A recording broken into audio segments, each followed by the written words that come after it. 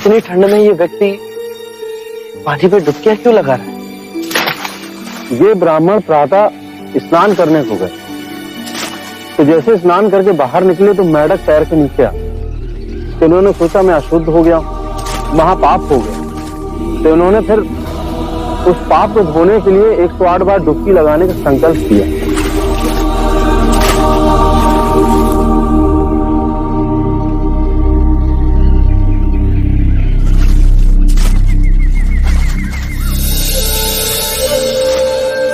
सुनिए, आप ठंड से कांप रहे हैं। यदि ऐसा करेंगे तो बीमार पड़ जाएंगे।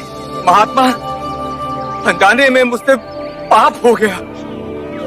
ये नदी गंगा नदी की उपनदी है। इसमें नहाने के बाद मेरे पाप धुल जाएंगे।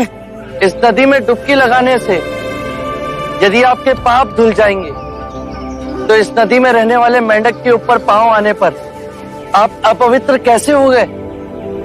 यदि आपको ऐसा लगता है कि नदी में डुबकी लगाने से आपके पापों का नाश होगा, तो इस नदी में रहने वाली मछलियां, कछुए, सर्प, मेंढक, इन सबको अब तक मुक्ति मिल गई होती।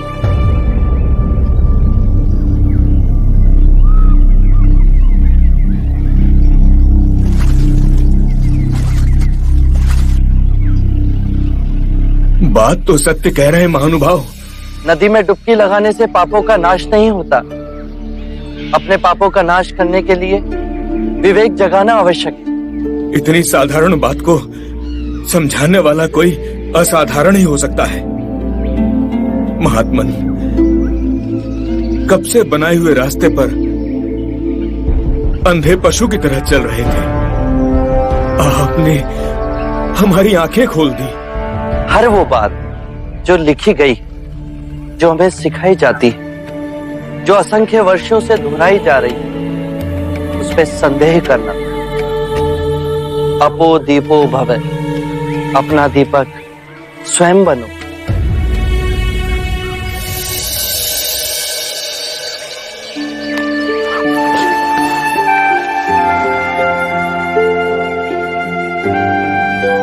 आप धन्य है महात्मा।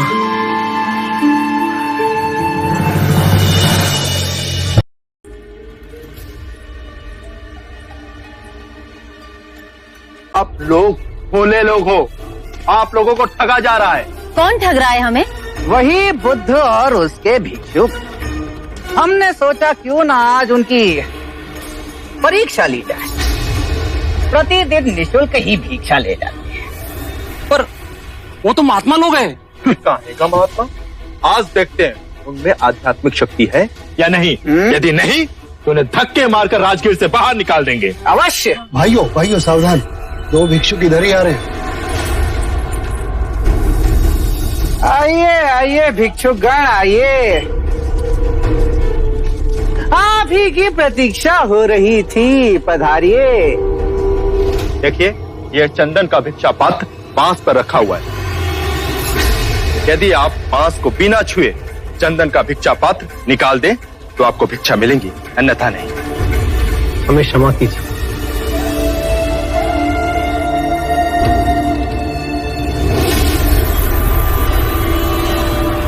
क्यों बंधु, समस्त गांव के समस्त बड़े महात्मा बने फिरते हो और एक छोटा सा कार्य नहीं कर सकते?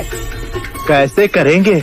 ये धूर्त है, घमंडी है, पाखंडी है ये लोग।